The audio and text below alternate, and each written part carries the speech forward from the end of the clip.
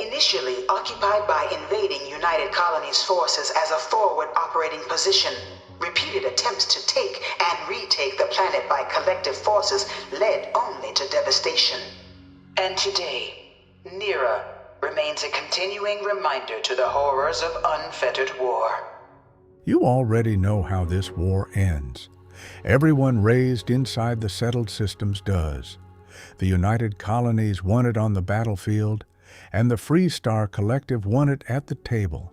And those two facts have been set side by side for so long that they've stopped sounding like history and started sounding like wisdom. A tidy little symmetry. A war with a loser who won and a winner who lost, folded neatly into a single sentence and passed down until nobody thinks to question it. But a story that clean is usually a story that has been sanded smooth by the people who needed it to mean something. And the closer you look at the Narion War, the more you notice that the smoothness is hiding something. Not a secret exactly. Something quieter than a secret, a discomfort. Because when you follow this conflict all the way down, past the treaty and the victory parades and the century of resentment, you arrive somewhere the official memory never quite takes you. You arrive at the possibility that this founding war, the one that taught two nations how to be righteous, had no righteous side at all. Only two kinds of certainty that could not both be true, and a great many people who paid for the difference. So the question worth sitting with tonight isn't who won. It's whether anyone in this war was ever actually right. To understand how it began, you have to go back before the shooting, to a time when the settled systems weren't yet a phrase anyone used, and the shape of human power among the stars was still soft enough to be argued over. The United Colonies stood at the center of everything. It had arrived first at Alpha Centauri when humanity fled a dying Earth, and by the closing decades of the 22nd century, it was the largest, wealthiest, most heavily armed thing anyone had built out here. It held the old worlds of Alpha Centauri, Sol, and Wolf. It carried the endorsement of Earth's collapsing governments the way an heir carries a family name, and it moved through the young galaxy with the calm of something that had never yet been told no. This is the part the later stories tend to forget. Before the Narion War, the United Colonies had no rival. Its dominance wasn't a thing it fought for. It was simply the weather. Into that weather came a promise.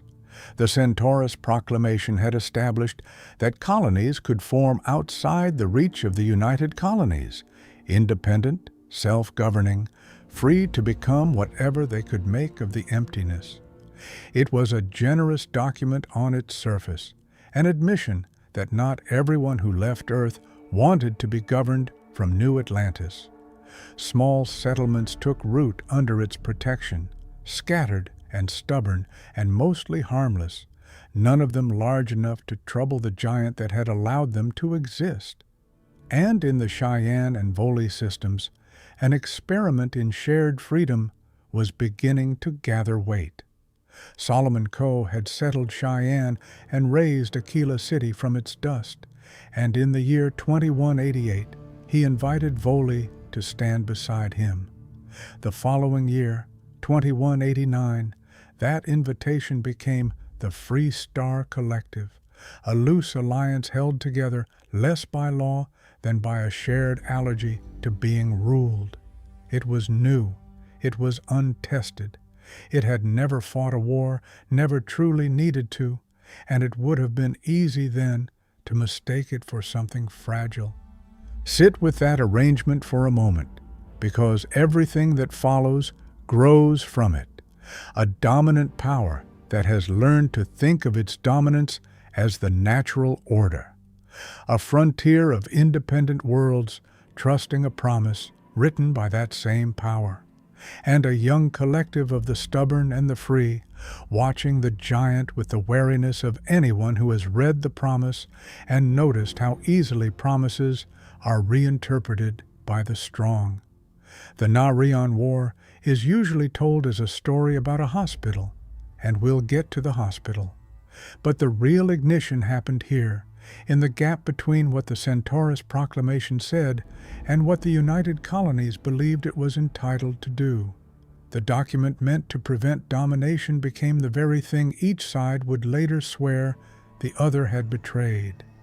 That is the first quiet irony of this war, and it will not be the last. The seeds of 2 decades of ruin were planted in a peace agreement.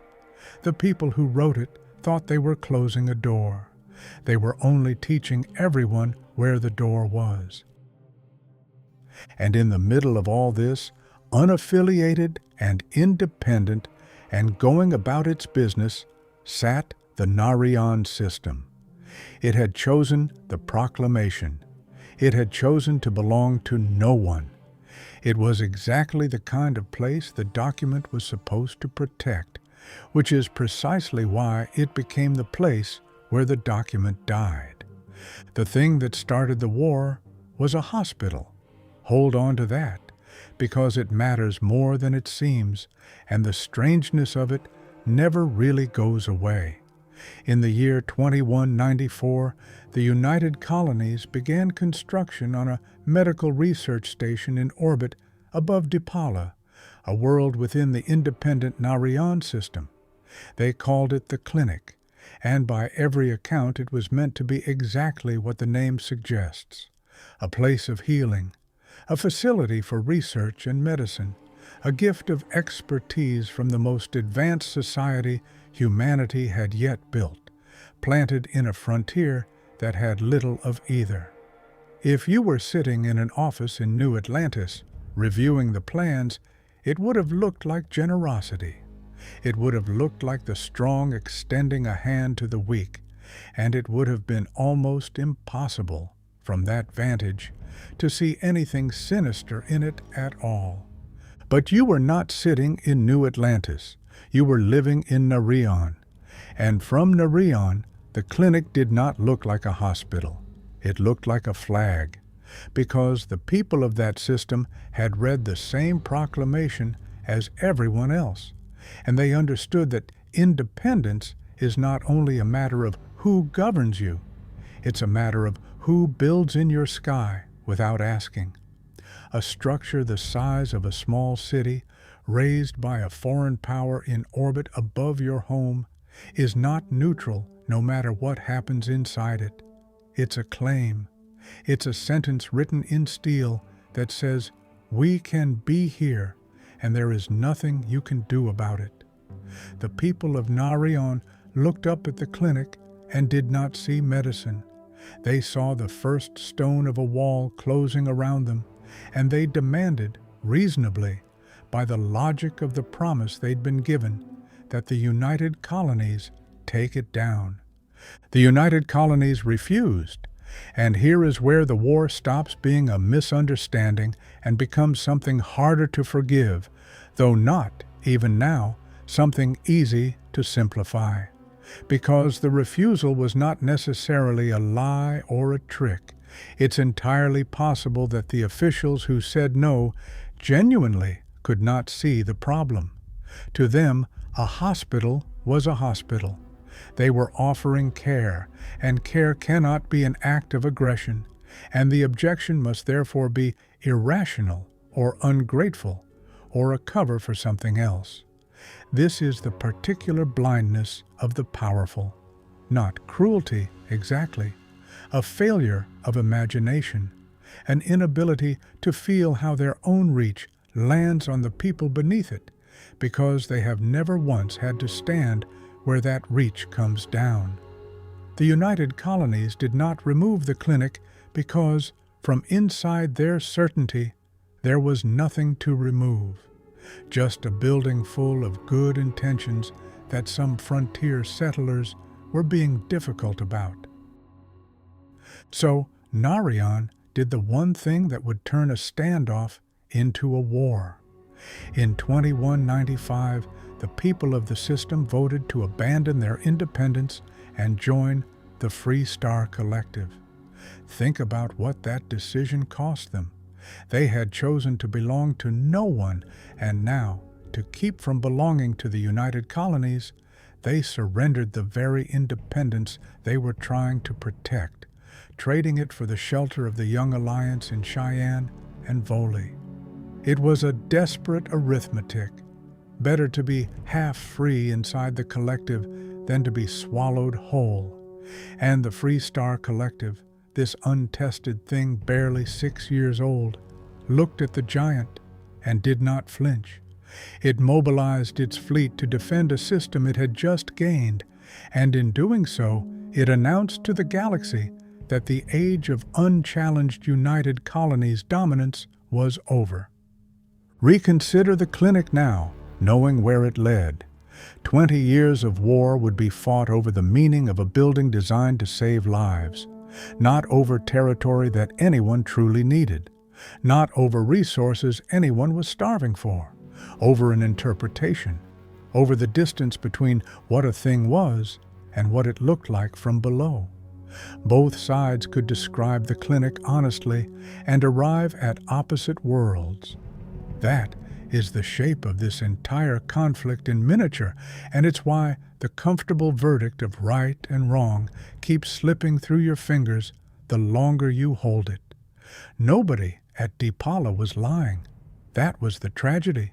They were simply standing in different places, seeing the same object, and preparing to kill each other over the gap between the views. Picture the system as the war came to it.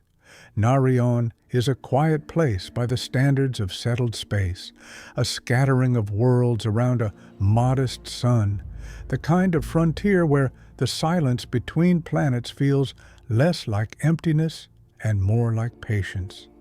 Deepala turning slowly below, the clinic a bright and deliberate point of light in its orbit, and beyond it, the dark. And beyond the dark, the fleets gathering at opposite ends of everything. There's a particular stillness to the hours before a long war, a held breath that the people living inside it can feel without being able to name. The miners and the settlers and the freighter crews of Narion went about their work beneath that gathering weight, knowing something was coming, unable to do anything but wait for the sky to decide their future for them. The fleets met in 2196, and the war that followed was not the short, sharp lesson the United Colonies must have expected. It lasted 2 decades, 2 full decades, unspooling across the Narion system while the rest of settled space watched and slowly, uneasily, took sides. On paper, the outcome should never have been in doubt. The United Colonies had the larger navy, the deeper resources, the industrial weight of 3 established systems behind it. The Freestar Collective had conviction and a militia. But conviction, it turned out, was worth more than the giant had reckoned, and the militia proved far harder to break than anyone in New Atlantis had planned for. Fighters who know exactly what they're defending and defend it in their own sky have a way of making superior firepower feel strangely beside the point. What that resistance looked like up close, the surviving record only sketches, but its outline isn't hard to read from what the collective was made of. The Freestar fighters were not professionals in the way the United Colonies understood the word. They were freighter pilots and miners and the sons and daughters of settlers, flying ships that had been built to haul cargo rather than wage war, and they knew the debris fields and the orbital shadows and the long dark corridors of their own system the way you know the rooms of the house you grew up in. Against a navy trained to fight open, disciplined battles in clean space, that intimacy became a weapon of its own. They struck and vanished. They chose their moments and refused every other one. They made the giant pay for each advance in a currency it had never thought to budget for, and slowly, without ever winning anything that looked like a decisive victory, they made the war unwinnable, which for a defender is the only victory that has ever mattered. The war did not resolve. It ground. 2 decades is not a length of time. It's a childhood. It's a whole generation raised inside the sound of the fighting. Children in the Narion system born after the fleets first met and grown to adulthood, having never once known a sky that wasn't contested, for whom the war was not an event, but simply the shape of the world. Somewhere in those 20 years, one suspects, the reasons began to matter less than the momentum. A war that lasts long enough stops being about its cause and becomes about itself, about the dead who must be honored by more dead, about the years already spent that no one can afford to admit were wasted. The clinic, the proclamation, the vote, the point of light above Deepala, all of it slid into the distance behind a simpler and more terrible logic. They were fighting because they were fighting, and each side, looking across the black at the other, saw only an enemy that would not stop, and never quite recognized the mirror. And as it ground, something curdled at home. The United Colonies had entered the conflict from a position of unquestioned strength, but strength does not make a war popular, and this one soured with every passing year. It's one thing to be the dominant power. It's another to be the dominant power spending a generation of its young trying to force a distant system to accept a hospital it never wanted.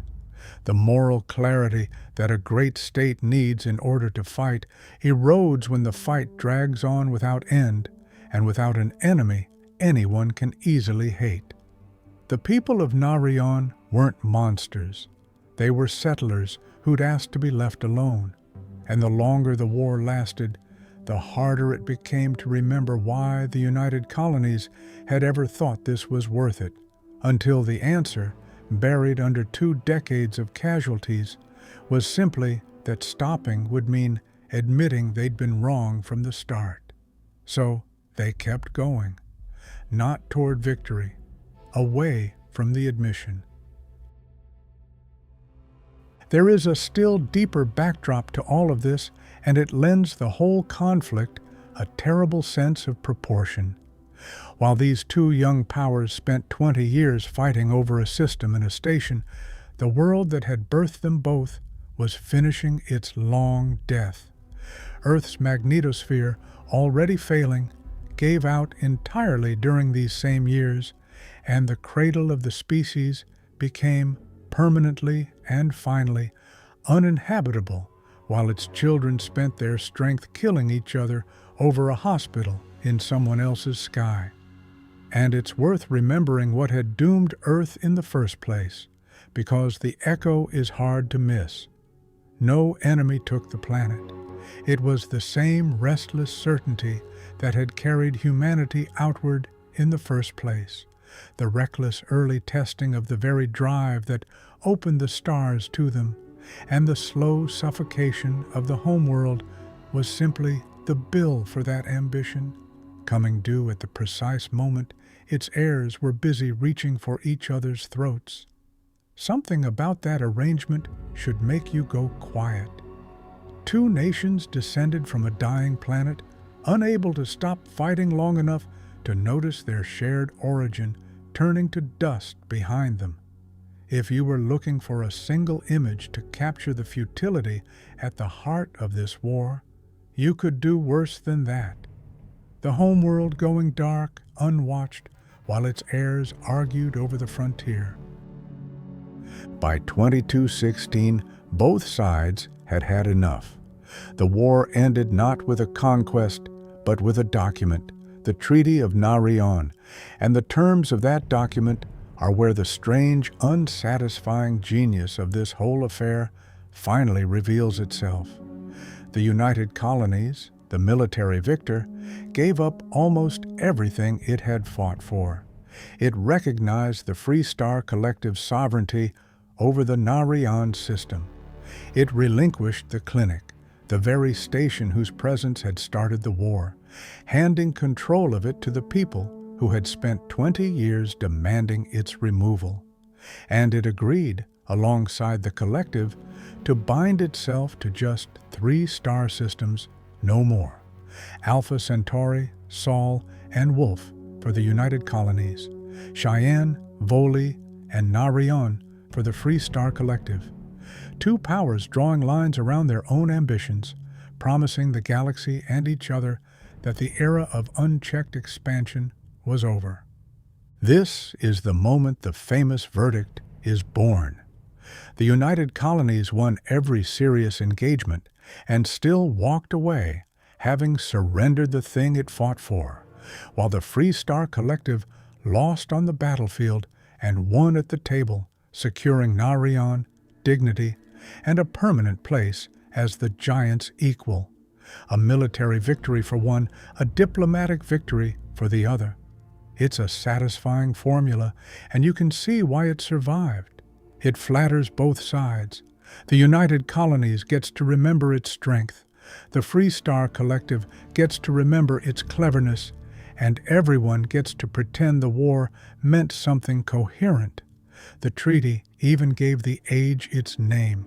The term settled systems was formalized in its text, so that the very phrase we use for this whole region of human life is a scar left by this war, a wound that healed into a word. And from the treaty's aftermath came the Freestar Rangers, that order of protectors meant to serve every citizen of the Collective, born from a people who had just learned exactly how much their freedom could cost.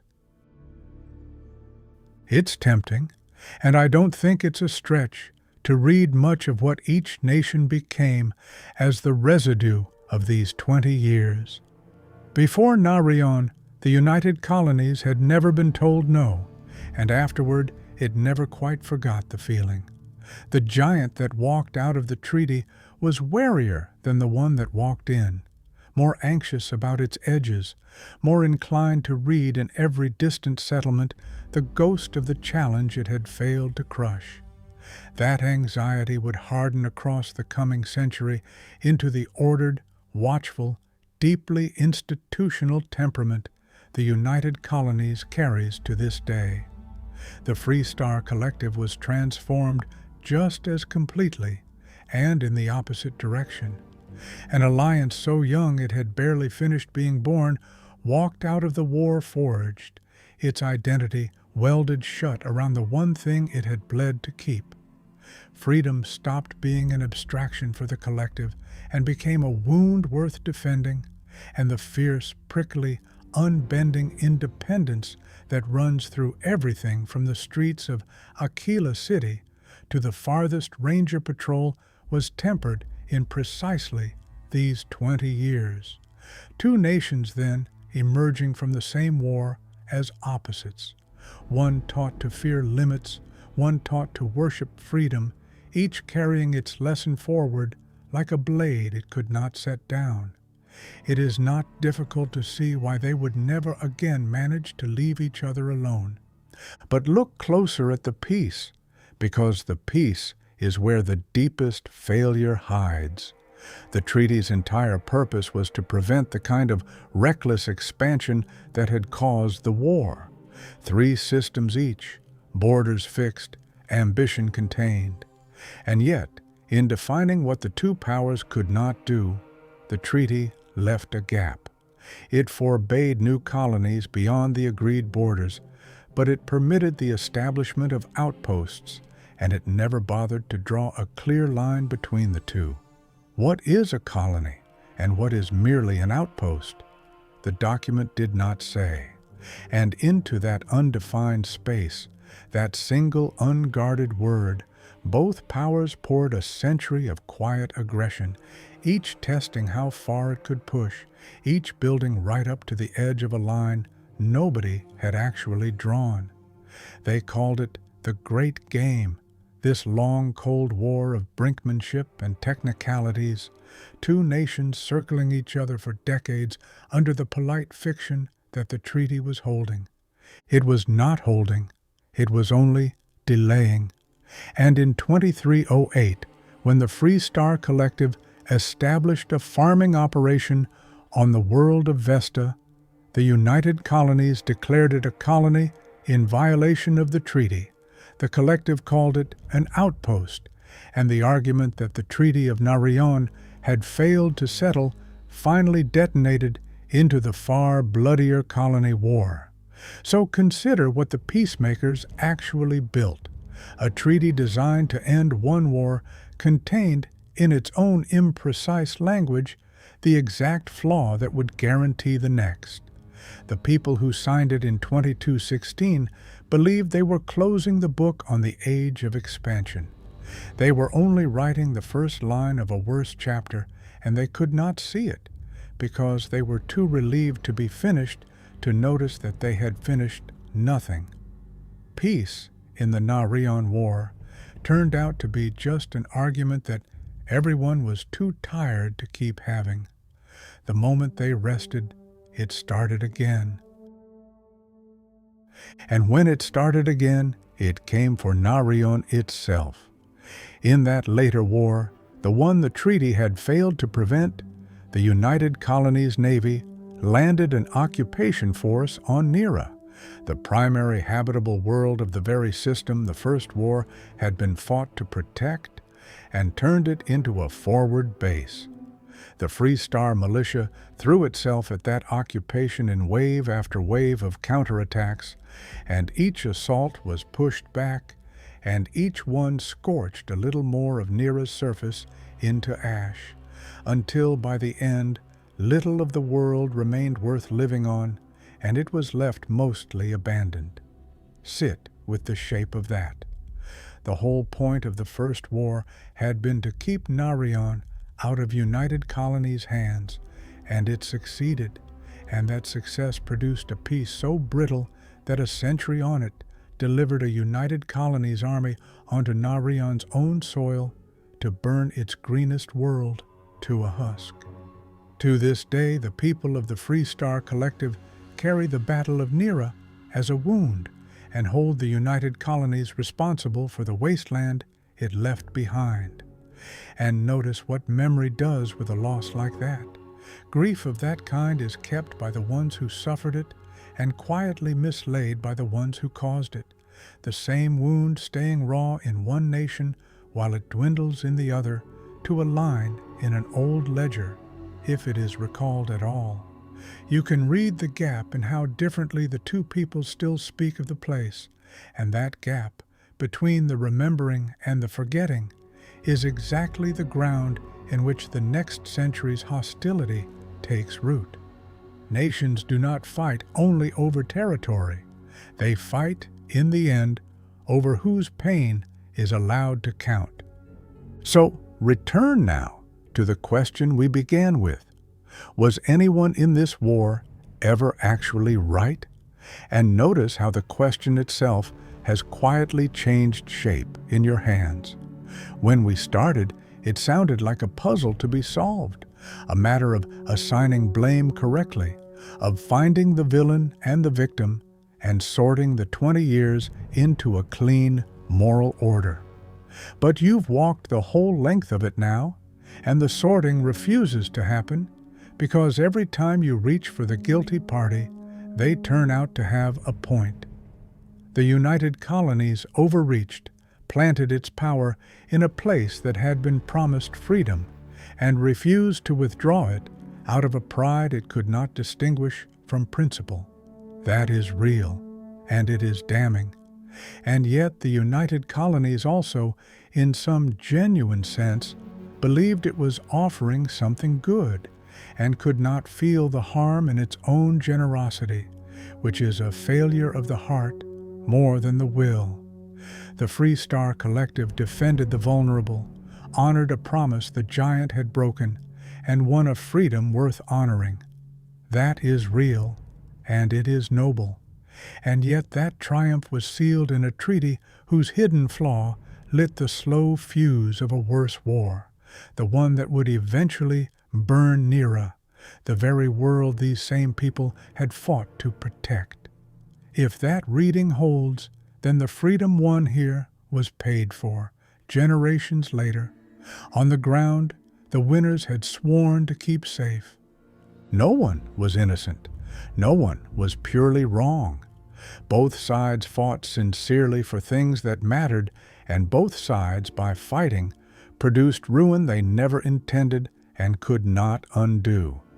This is the truth the tidy verdict was built to hide, because a founding war needs a moral, and no one wants the moral of their origin story to be that righteousness is a thing people feel rather than a thing people are. The military victory and the diplomatic victory are not a clever symmetry. They're two nations agreeing on a story they could both survive telling. And the strangest proof of all still hangs in the sky above Deepala. The clinic is still there, more than a century later, past the war and the treaty and the great game and the colony war that followed. The station that started everything continues to orbit the world it was built above, only now it belongs to the Freestar Collective, and it has become exactly what its builders once claimed it would be. A place of healing, renowned for its medicine, so vital to the collective that its director, Dr. Lara Darvish, holds a seat on the Council of Governors and helps steer the very nation the war created. Let that settle. The object that two peoples burned 20 years fighting over turned out, in the end, to be a hospital after all. It heals people now. It was always going to heal people. The war was never about what the clinic was. It was about what it meant. And meaning, unlike medicine, is something no treaty has ever managed to fix in place. That is what the Narion War leaves you with if you're willing to hold it honestly instead of comfortably.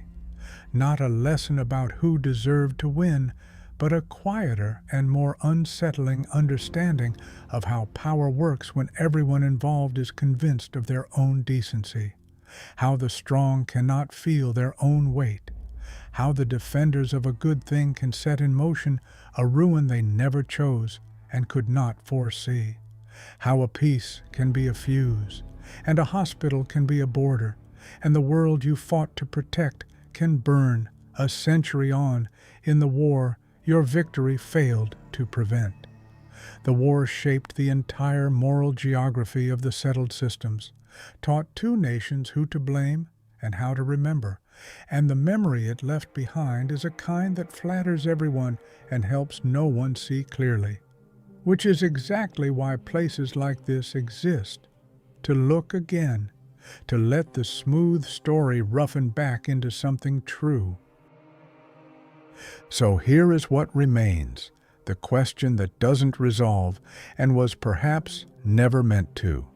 If both sides of the war that founded this world were sincere, and both were guilty, and the thing they fought over now quietly saves lives under the flag of the side that lost every battle, then what does it actually mean to have been on the right side of anything out here? And when the next war comes, as it always seems to, will anyone remember Nera long enough to wonder whether they're about to become the villain in a story they're certain makes them the hero? Stay with those questions a while, turn them over, and when you're ready to follow another thread down into the dark and see what else the official memory has quietly smoothed away, come find us again, and we'll keep reading the record together. Deep Space 13, where the stars remember everything,